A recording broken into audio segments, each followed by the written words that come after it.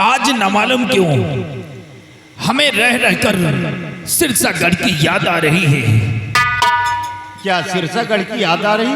हाँ डोडीमान। दादाजी आप फिक्र न करें, आज के दिन इंतजार किया जाता है। अगर सिरसागढ़ का कोई समाचार मिलता है तो ठीक है, नहीं फदर होते ही हम आपका घोड़ा तैयार करेंगे और फिर सिरसागढ़ चलने की तैयारी करेंगे। तुम ठीक कहते हो। आज कई रोज बीत गए हैं और मलखान हमसे मिलने के लिए नहीं आया है। जी आज हम इंतजार करते हैं। अगर सिरसागढ़ का कोई समाचार आता है तो ठीक है, अगर समाचार नहीं आता है तो फजल होते तुम हमारा घोड़ा तैयार करो, हम सिरसागढ़ के लिए रवाना होंगे। जी दादाजी। आइए आ गए राम प्रकाश मोहन नया पुरवा।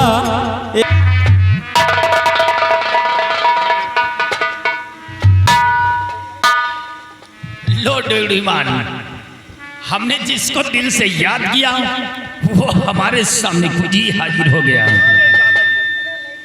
क्या बात है मलखान, तुम्हारे चेहरे पर उदासी क्या हुआ?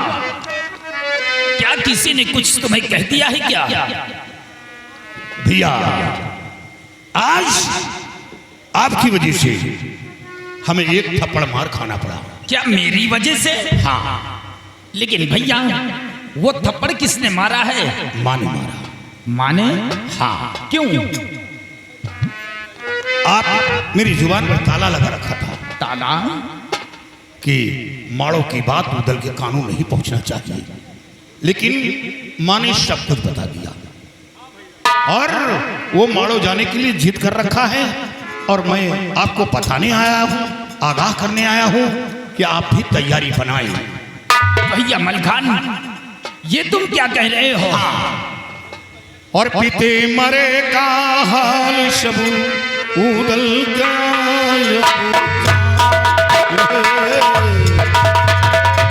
सब कुछ मालूम हो गया।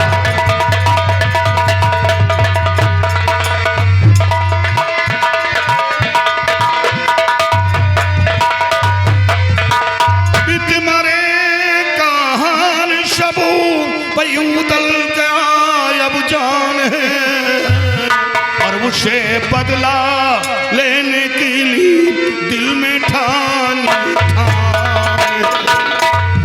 बदला लेने के लिए दिल में ठान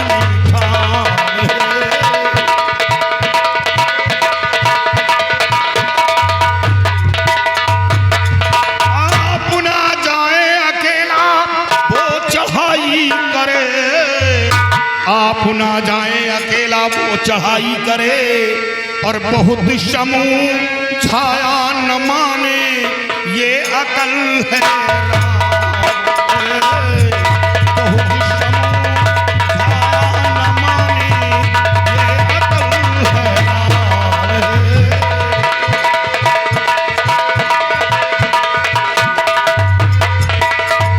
भैया अब देर करने का वक्त नहीं है, आप तैयारी बनाएं, हम लोग माड़ो चलेंगे।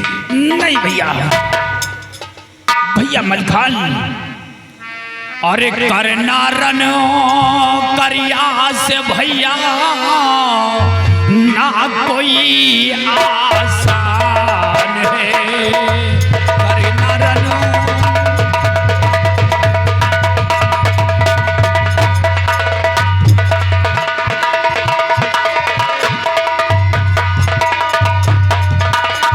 करना रन भैया ना कोई आसान है।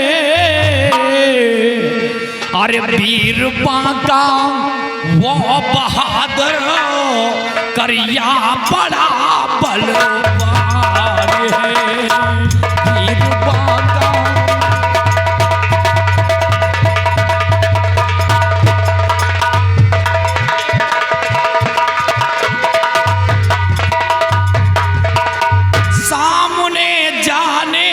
उसके पड़ती मेरी हिम्मत नहीं,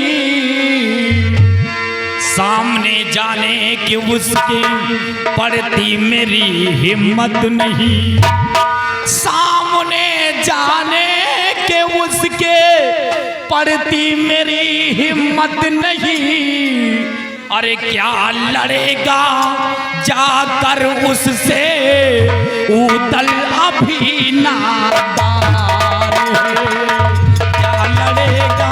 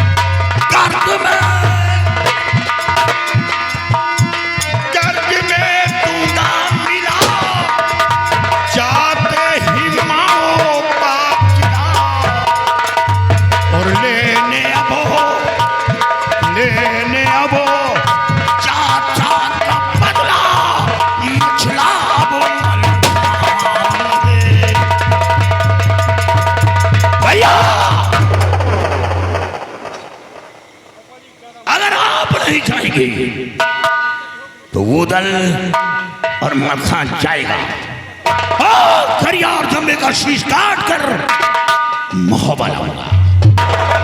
रूपाल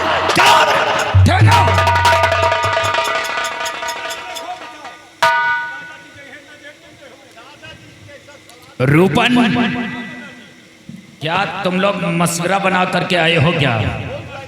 दादाजी, बात महतारी का कैसा लौंडा है जो जीने का धिक्कार है उसके, जिसके माँ बाप को कोई मार डाले वो हत्ता कट्टा चैन की बंसी बजाए, उसका खून पी ले दादाजी।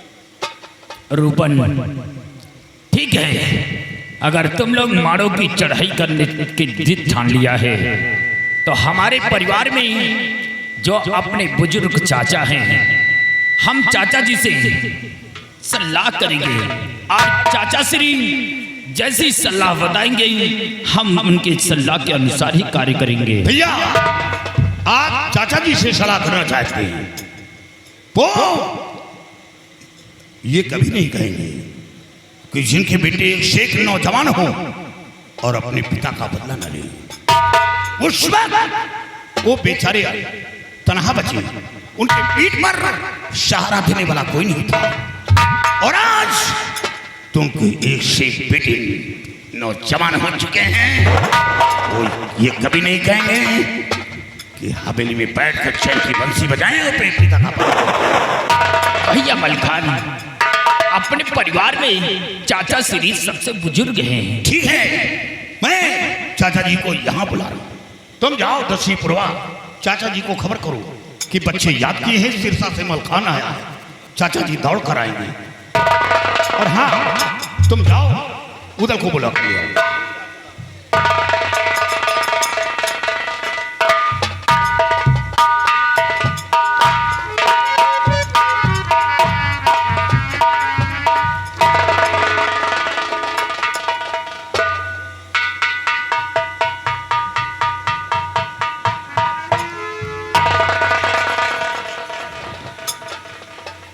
चाचा जी आदाब आदाब आदाब। वालेकुम अस्सलाम रहमतुल्लाह व बरकातुहू। जन्नत मुकाम दोज़ख हराम जिनके बंदे उनको गुलाम। क्या बात है, आज सिरसागढ़ से मलखान भी आ गया, सारे बच्चे यहाँ इकट्ठा हैं। आखिर बात क्या है, क्यों 10वीं पूर्वी से मेरे को बुलवाया गया? चाचा जी, हम आपसे सब कुछ बताएंगे, बोलो। आप तस्लीम करते।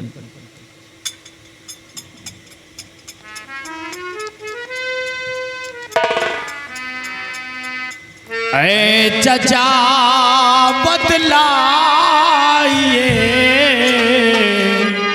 क्या सलाह है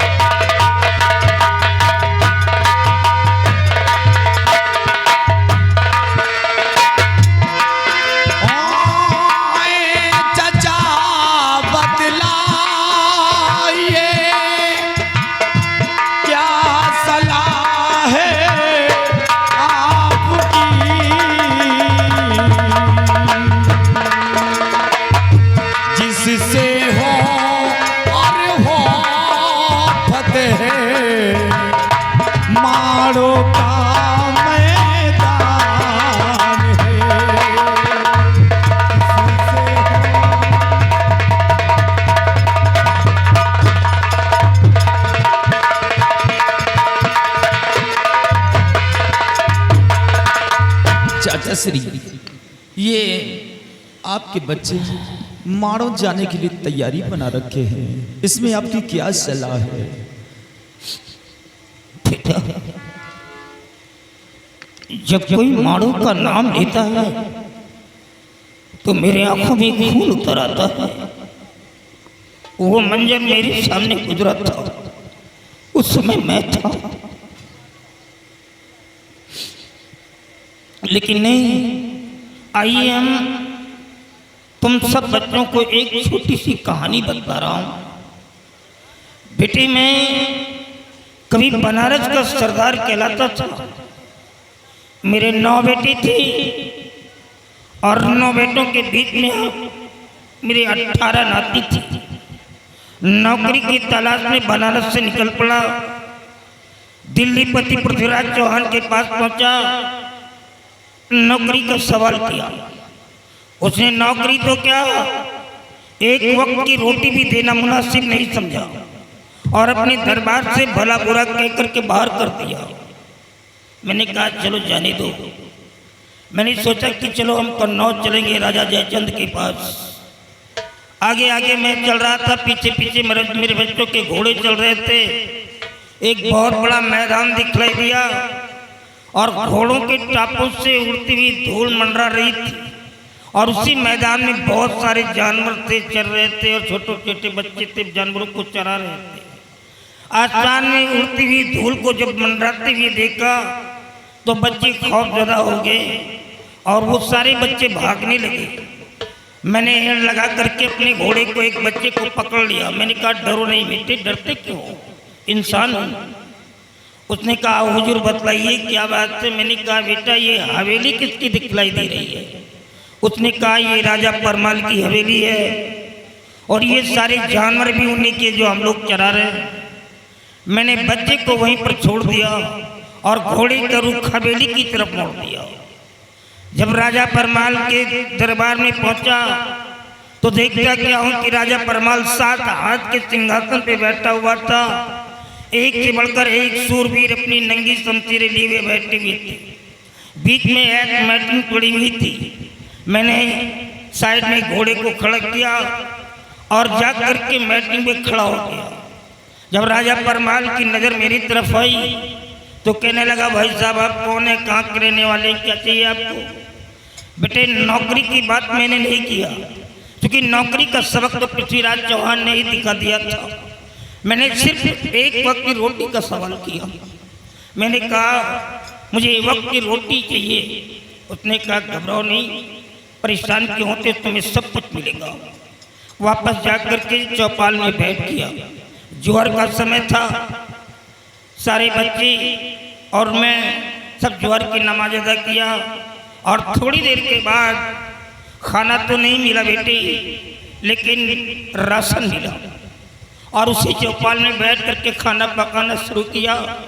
और पकाने के बाद अपने बच्चों को बिठा करके जैसे ही एक निवाला पेट के अंदर गया, दूसरा निवाला हाथ में आया, वैसे ही एक खरखला भागता हुआ आया राजा परमाल के पास और कहने लगा हुजूर माड़ो से करिया अपने लाव लश्कर को लेकर के नदी बेतवा के तट पर आ गया है और युद्ध के लिए ललकार दिया है। क्या हुक्म है? राजा परमाल अपने साथ के सिंहासन से उछल करके सबसे पहले मेरे पास पहुंचा और कहने लगा, भाई साहब आप यहाँ से निकल जाइए, क्योंकि हमारा दुश्मन हमारे गढ़ पे चढ़ाई कर दिया है और मैं नहीं चाहता हूँ कि हमारे देश के अंदर किसी निर्दोष की जान जाए, इसलिए तुम एक दूसरे रास्ते से निकाल देता हूँ, तुम यहाँ से चले जाओ। मैंने कहा ऐसा कैसे हो सकता है? अब तो मेरे महोबे का नमक मेरे रगों में समा गया है, अब मैं आपको गर्दिश में छोड़ करके नहीं जा सकता हूँ। मेरा इस्लाम, मेरा कलाम पाक, मेरा हदीस नहीं कहता है कि मैं आपको गर्दिश में छोड़ करके चला जाऊँ। मैंने बेटे को ललकार दिया, बच्चों को ललकारा कि दिखा दो बेटा कि इस देश के लिए अगर हिंदुओं ने अपनी कुर्बानी दी है तो इस देश की आज़ादी के लिए मुसलमानों ने भी अपनी गर्दन को कटाया। उठा लो अपनी अपनी तलवारें और कूद जाओ जंग के मैदान में, दिखा दो अपना जज्बा। उस समय बच्चों को लेकर के जंग के मैदान में कूद गया और उस समय मैंने ऐसी तलवार चलाई थी कि करिया को पेड़ दिखा करके पीछे भागना पड़ा था। मगरिब का वक्त आ गया, युद्ध विराम कर दिया गया, सारे महोबिया वापस आए और जब मैं वापस आया तो देखता हूँ कि ना तो मेरे 9 बेटे हैं और ना 18 नाती, मेरे सारे बच्चे शहीद कर दिए गए। मैं फपक करके रोने लगा, लेकिन अपने दिल को ढांढस बताया। धीरे धीरे करके ईसा का वक्त आया। 17 रकात की नमाज अदा करने के बाद मैं भी गफलत की नींद में सो गया। रात के 12 बजे करिया अपने 500 योद्धाओं को लेकर के फिर चढ़ाई कर दिया। दक्षिणपूर्व को लुटवा लिया, महोबे में आग लगवा दिया।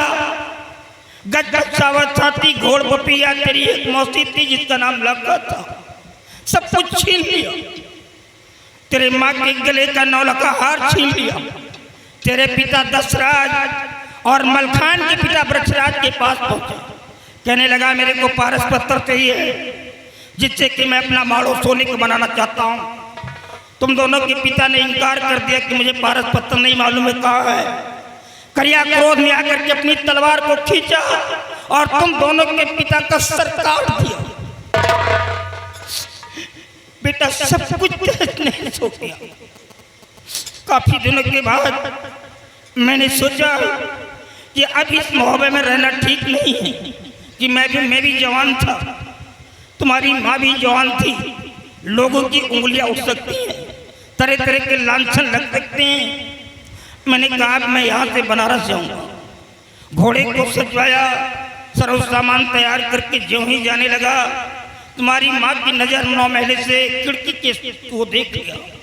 उसने दासी को भेजा और कहने लगी जाओ ताला जी को बुला करके ले आओ मेरे पास।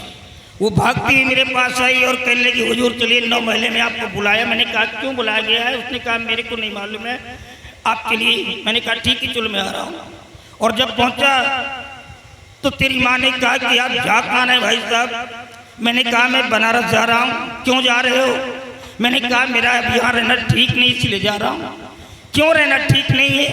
जब इन मासूम बच्चों के सर पे बाप का साया था तब तक तो आप अपनी जान देने को कुर्बान थे, अपने सारे बच्चों और नातियों को मिटा दिया इस देश के लिए। और जब इन मासूम बच्चों के सर से बाप का साया छिन गया तो आप जा रहे हैं बनारस। क्या आपका यही हदीस कहता है, यही कलाम पाक कहता है? मैंने बेटा तेरी माँ के गोद से तेरे को छीन करके अपने गोदी में चिपका लिया और उसी समय मैंने कसम खाया था कि जब तक माड़ों को धूर में नहीं मिला दूंगा, करिया, जंबे, टोडर, अनूपी, सूरज का सर काट करके महोबा नहीं पहुंचा दूंगा, तब तक इस महोबा से नहीं जाऊंगा। मेरी बात नहीं बेटी, अभी इस उम्र में जिस कोने पे मेरे को ले जाकर के खड़ा कर दोगे, मैं वादा करता हूं, ये मेरा चैलेंज है कि तुम बच्चों को जाने की जरूरत नहीं पड़ेगी, तुम बच्चों को जाने की जरूरत नहीं पड़ेगी। चाचा जी, ये दशा मेरे पिताजी की, ये दशा मेरे पिताजी की। मैं करिया और जंबे को तड़ाक समर क्षेत्र में मारूंगा। नहीं बेटा, शायद तुमको नहीं मालूम, करिया से मेरा संग्राम हो चुका है। मैं जानता हूँ कि वो कितना बलशाली है, 100 हाथियों की ताकत रखता है एक गुजर। इसलिए तुम ऐसे नहीं जाओगे। आओ हम साधुओं का भेष धारण करते हैं और माड़ो जा करके अलग लगाएंगे।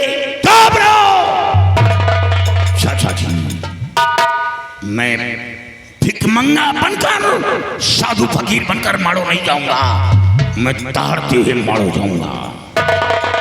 जाओ ना, फिर क्या जरूरत थी मुझे बनाने की? यहाँ पर क्या जरूरत थी?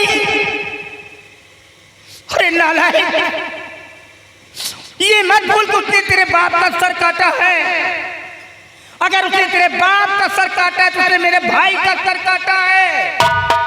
मैं सगे भाई से बढ़ करके उसको मानता था। मैं भी चाहता हूं कि करिया और जंबे को रणस्थल के मैदान में दौड़ा डाल करके मारूं, लेकिन ये भी जानता हूं अगर अपने मासूम बच्चों को सामने खड़ा कर दिया तो मेरे बच्चे मेरे हाथ से छूट जाएंगे। अगर मोहब्बत की मिट्टी को खोद करके देखोगे तो इस मिट्टी के अंदर मेरे बच्चों की हड्डियां मिलेगी, हड्डियां।